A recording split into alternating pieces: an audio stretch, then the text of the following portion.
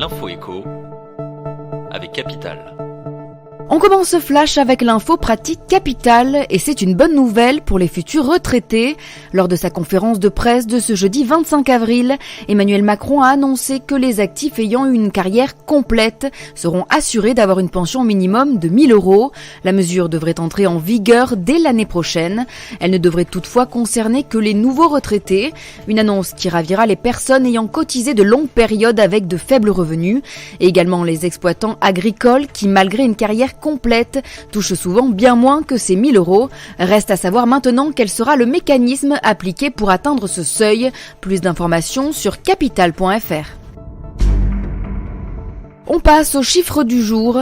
350 millions, c'est le nombre de citoyens qui pourraient bientôt être fichés en Europe. Le Parlement européen a en effet donné son accord pour la création d'une base de données géante.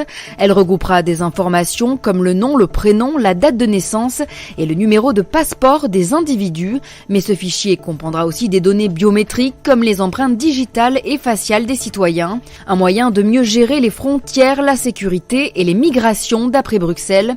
L'ONG Statewatch, spécialisée dans les questions de libertés individuelles, s'inquiète de voir l'Europe franchir un point de non-retour dans le fichage généralisé des citoyens.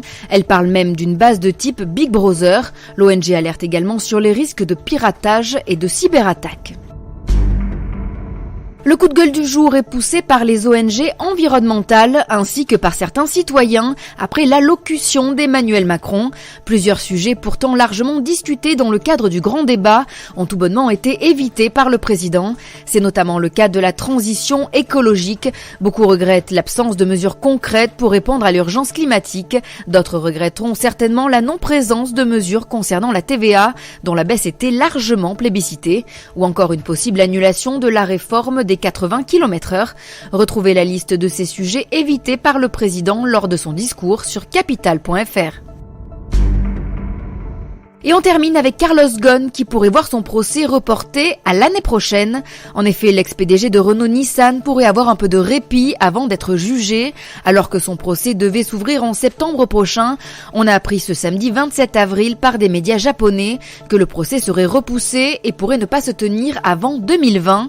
Le tribunal aurait indiqué ce vendredi aux avocats de la défense ainsi qu'à l'accusation qu'il revenait sur cette date sans fixer de nouveau calendrier. Il a également été décidé de ne pas séparer le procès de Carlos Ghosn de celui de son bras droit, Greg Kelly, ainsi que de Nissan. Ils sont tous trois accusés d'avoir omis de déclarer une grande partie de leurs revenus entre 2010 et 2018.